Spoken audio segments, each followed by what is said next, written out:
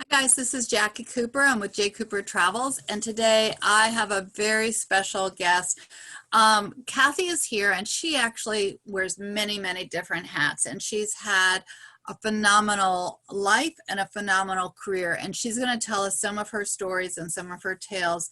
Cathy, thank you so much for being here. I really appreciate it. I know your business is it covers so many different areas. Would you like to give like a little bit quick overview as to what the business is and how you got started in it? Well, my current business, and first off, thank you so much for having me.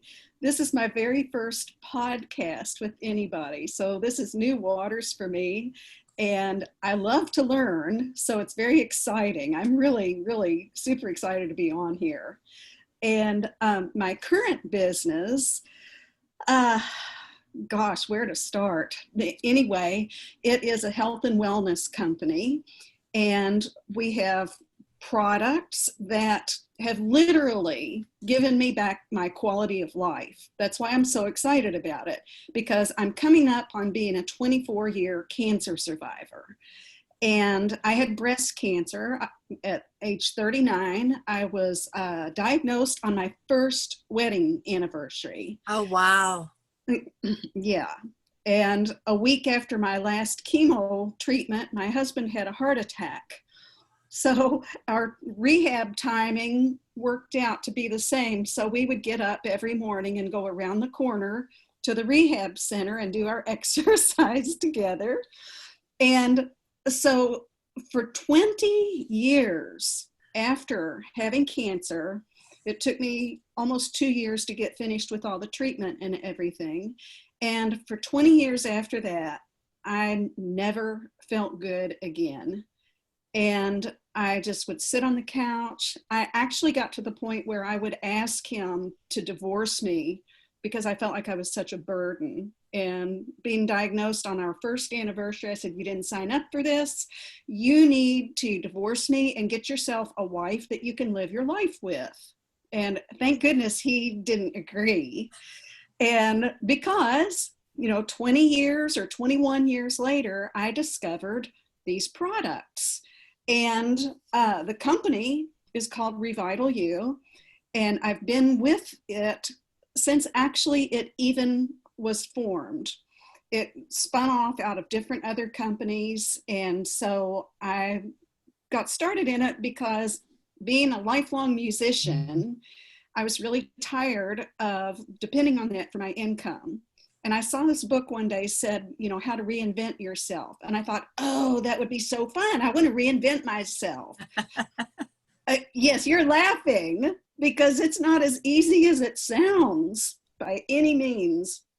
But what these products did for me, we have products that are for energy and to help with sleep, put you in a better mood, help you lose weight, detox, and they're all natural, and it's cutting edge science based on individual ingredients and how they work together to trigger your body to do what it's supposed to do. And so after 20 years of not being able to lose the 56 pounds of weight that my treatments added to me, and having zero energy and being depressed and not being able to sleep, all those things, then I discovered we first just started off with a coffee, and you put it into hot water or whatever, your regular coffee.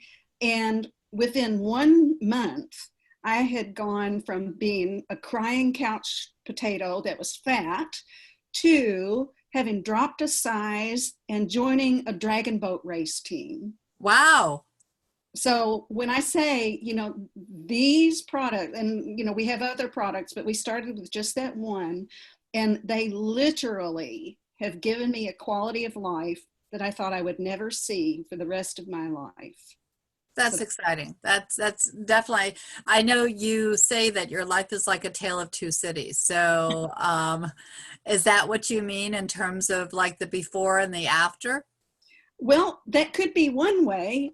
But the other way is I'm really thankful for how I grew up, because my parents were divorced when I was very young.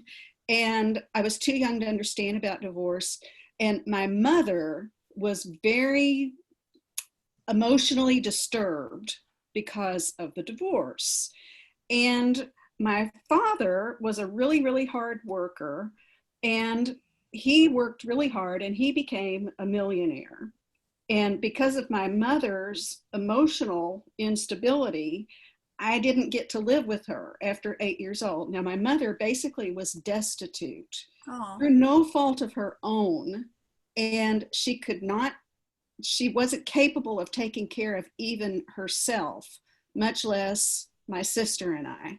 And so we had to live with my dad. And in my dad's house, we had money, we had anything, that we needed. He was a home builder. We had great houses and everything, but there was no love in that house. There was money.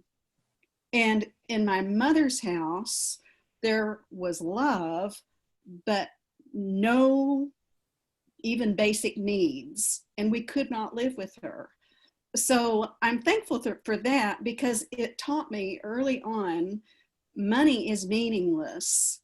Of course, it has a lot of meaning if you don't have it and you can't pay your bills. But my mother, we knew we were loved by her. And so that taught me love is much, much more important than being rich. And so that's what I mean by a tale of two cities. And I'm thankful for that, because it's given me a good balance between materialism and spiritual wealth.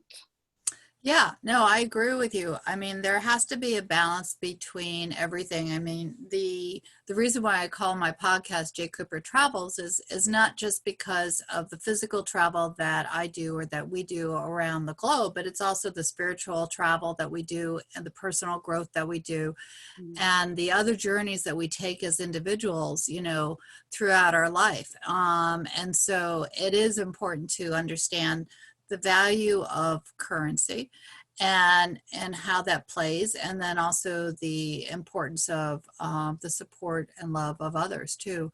Yeah, that for sure.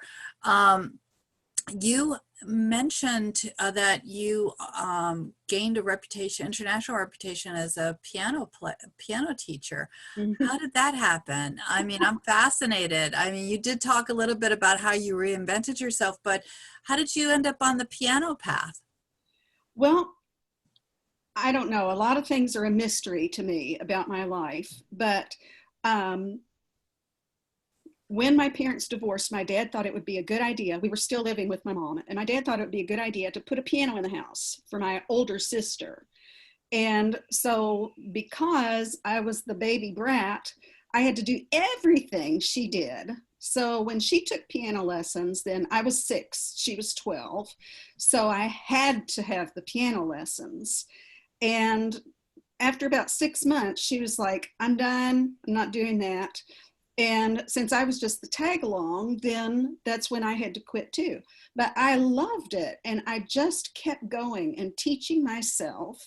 And somewhere along the line, I got the idea that I wanted to get a doctorate in performance, and I wanted to concertize, and I wanted to teach in a university. Wow. I loved classical music. Nobody in my family has anything to do with music. And it wasn't reinforced. They hated classical music. It's just really bizarre. And so then I got in high school, and I figured out that I could skip my last year of high school and go to music school if I would just go, with a lesser, instead of going with an advanced diploma, which is what we had, to knock it down to a general diploma. And then I could go take a couple of correspondence courses and get out of school a whole year early. So I did that against everybody's good advice. I did that, and I went to music school. And then I went to graduate school. And along the way, I found out about the Suzuki piano method. And I started going to a workshop, and I just got so fascinated with that finally I went to Japan, and I lived for 4 years to study with Dr. Suzuki himself. Wow. Wow. So in the piano world, there were about 10 of us that ever did that. We went and we just basically camped out at his feet, and the person that adapted it from violin to piano. And so I went over there and I lived for 4 years. I went on a one-way ticket, no money, no idea how in the world I was going to support myself, but I just went. I was 26. And because of that, and I got to be good friends with Dr. Suzuki. He really liked how I played, and he encouraged me, and he was just kind of like a dad to me that I really needed. And so I just got possessed with the Suzuki method, because I was one of about 10 worldwide that had an actual teaching degree awarded by him to me. Then everybody knew who I was. And they started asking me to come and do workshops and teach, in universities and seminars. And so I've done that. I've taught all over the world, and I've written some books, and that's what I did. And I did that. I mean, I still teach a little bit. I've got 8 students now, but it's kind of like, okay, I want to do something different, challenging, new. So I've decided to reinvent myself, not knowing how hard it was going to be. So after the piano, is the reinvention that you were doing, is that starting your own business? Is that one of the things that you did, or was there something else on your plate that you also participated in for this reinvention?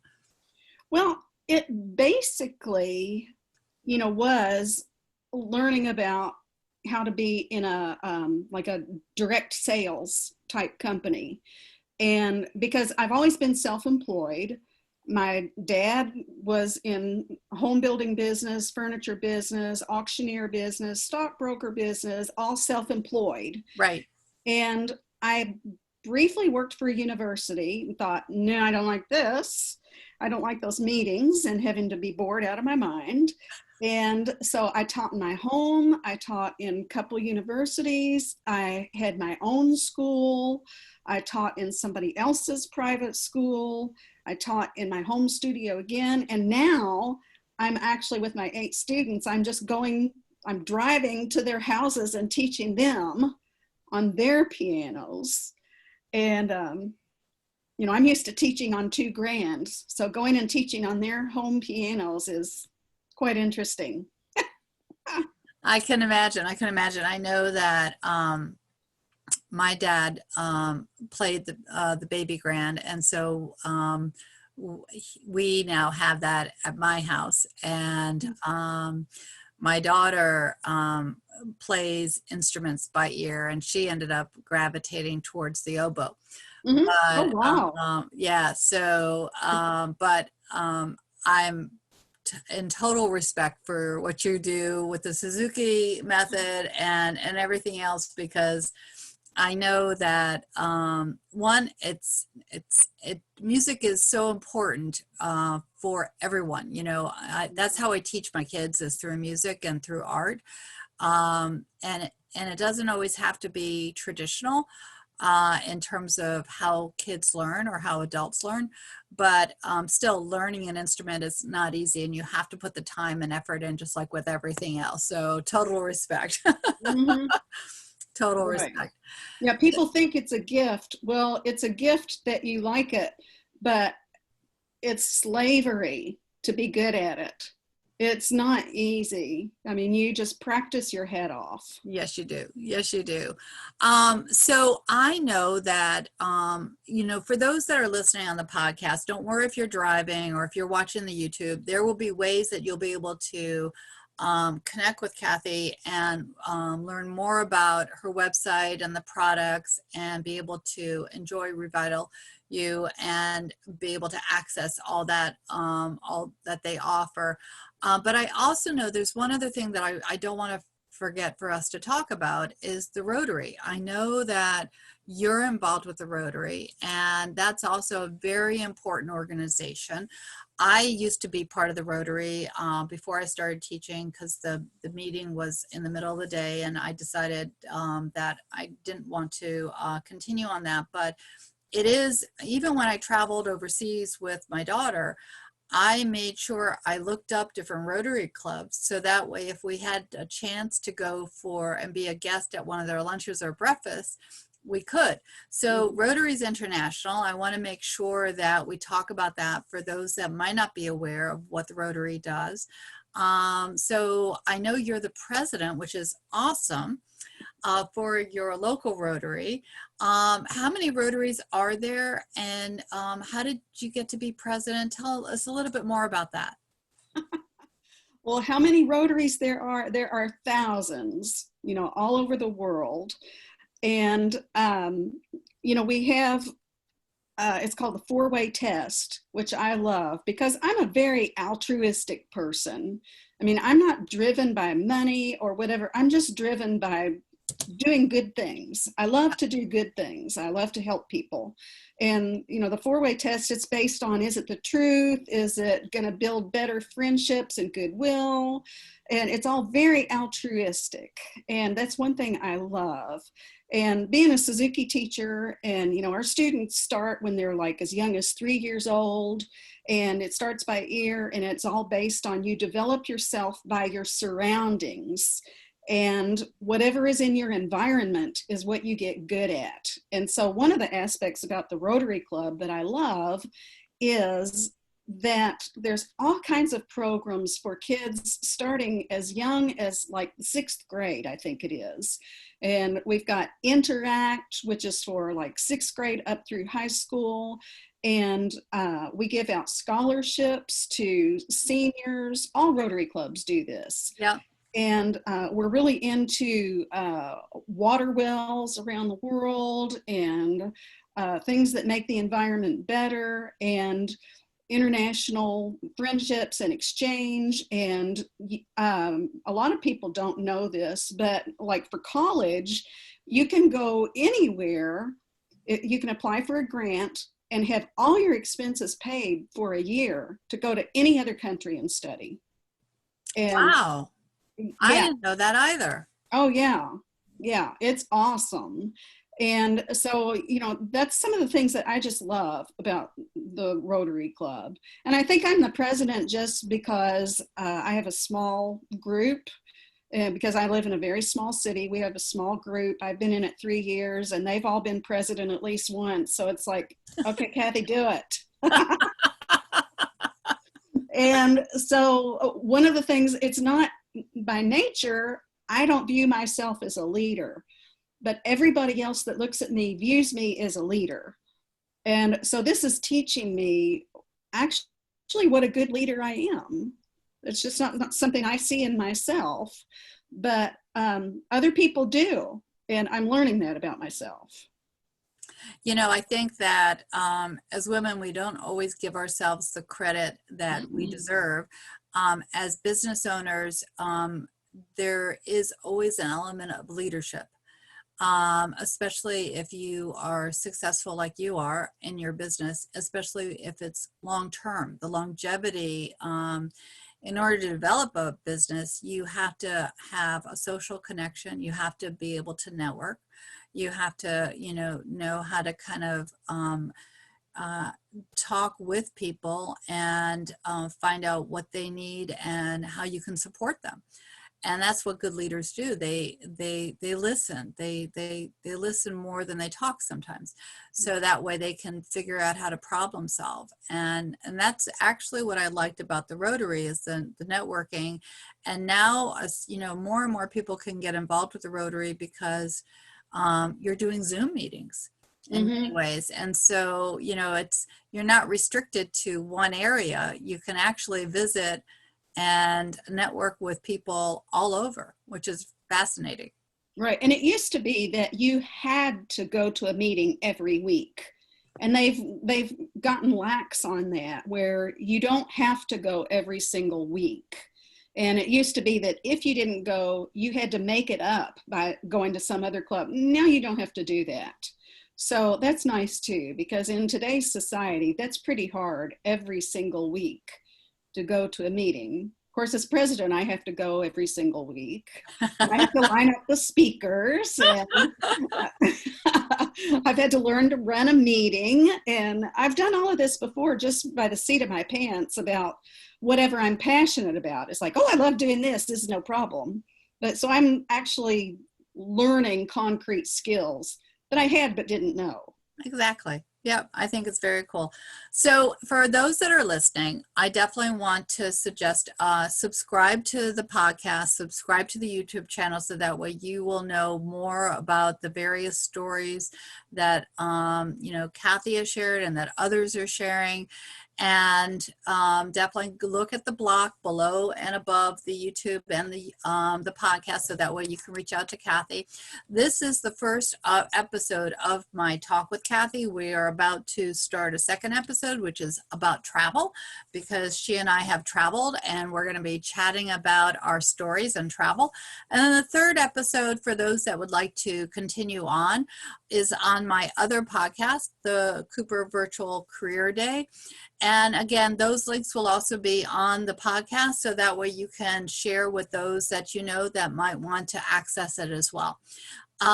Thank you so much, Cathy. I look forward to talking to you in a short bit. Well, thank you. This is fun.